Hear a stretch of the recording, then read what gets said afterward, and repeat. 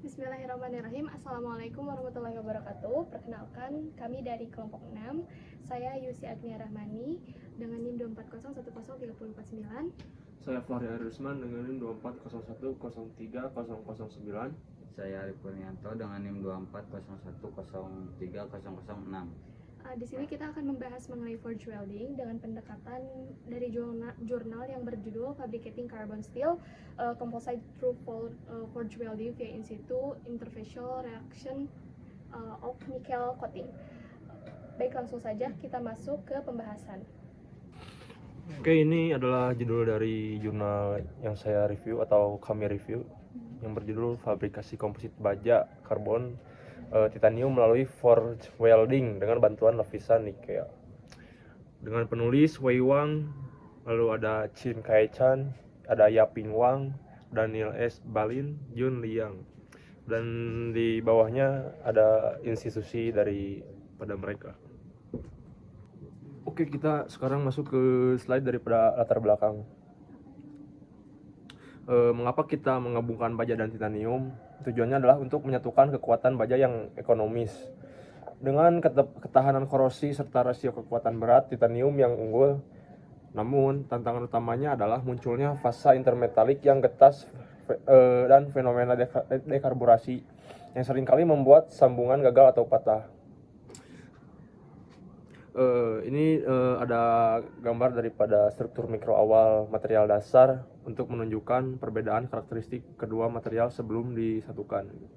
Lalu di sini ada solusi penggunaan lapisan antara nikel dan atau nikel interlayer gitu.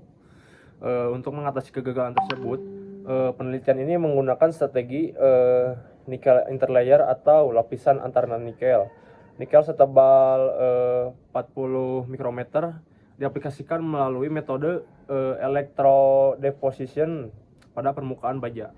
Fungsinya sangat krusial sebagai penghalang migrasi karbon, katalis reaksi, dan membantu proses pembersihan mandiri pada antarmuka sambungan.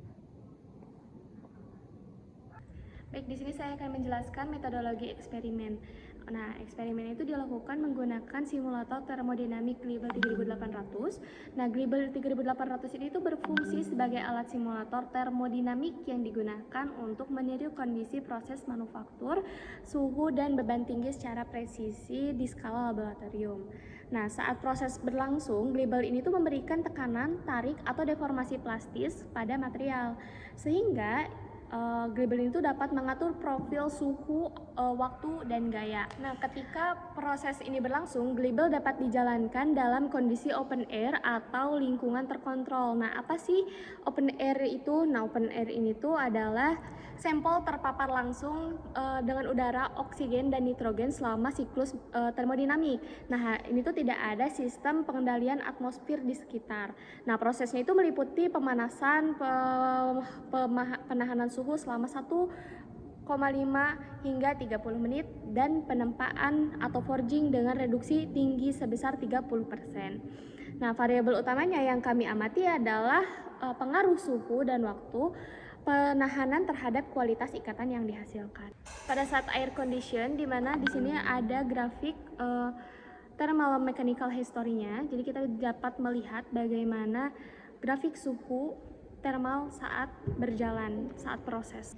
Selanjutnya di sini saya akan menjelaskan analisis aliran material dan distribusi tegangan, yang dimana terdapat dua perbandingan, yaitu baja dan titanium. Nah, berdasarkan analisis distribusi tegangan ditemukan bahwa titanium ini tuh memiliki resistensi deformasi yang lebih rendah dibanding baja pada suhu tinggi. Hal ini menyebabkan titanium itu mengalir secara dominan dan menyelimuti permukaan baja. Nah, tekanan maksimal itu terkonsentrasi di pusat sampel yang sangat penting untuk memicu reaksi kimia yang seragam di seluruh di permukaan kontak. Di sini ada tabelnya yang sudah kita sematkan. Bisa dilihat perbedaan antara suhu titanium dan baja itu sendiri. Baik, di sini saya akan menjelaskan bagaimana fenomena tanpa lapisan nikel. Nah, gimana sih kalau misalkan nikel ini tidak dilibatkan dalam proses forge bonding? Nah, karbon dari baja ini tuh akan berdiskusi secara agresif ke sisi titanium dan memberikan lapisan titanium carbridge. Sebelumnya saya sudah menjelaskan mengenai air condition. Nah, ketika tanpa interlayer nikel, open air condition ini tuh akan menyebabkan terbentuknya titanium cartridge yang rapuh. Lalu lapisan rapuh ini bertindak sebagai jalur patah sehingga sambungan akan mengalami kegagalan getas seketika saat diberi beban mekanik. Nah, dengan interlayer nikel ini, meskipun dilakukan open air, oksidasi dapat diminimalkan dan kualitas ikatan tuh meningkat, terutama pada suhu optimal misalnya 1000 derajat Celcius. Kemudian mekanisme reaksi pada 1000 derajat Celcius.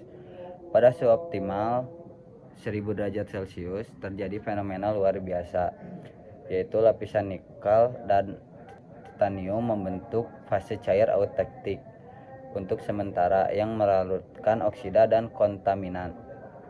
Di bawah tekanan tempa, cairan ini terdorong keluar ke tepi sampel, sehingga lapisan nikel tereliminasi sepenuhnya dan menyisakan kontak atomik langsung yang bersih antara baja dan titanium. Lalu ada hasil dan kesimpulan. Hasilnya sangat signifikan. Sambungan yang dihasilkan bersifat seamless atau tanpa celah. Kekuatan tarik rata-ratanya mencapai 202,3 MPa, jauh mengguling pengelasan tanpa nikel.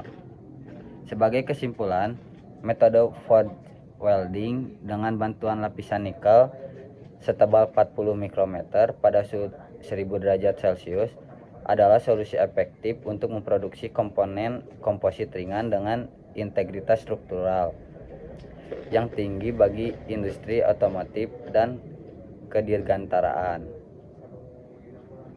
Baik, begitu saja yang dapat kami sampaikan. Mohon maaf bila ada salah-salah kata. Terima kasih. Wassalamualaikum warahmatullahi wabarakatuh.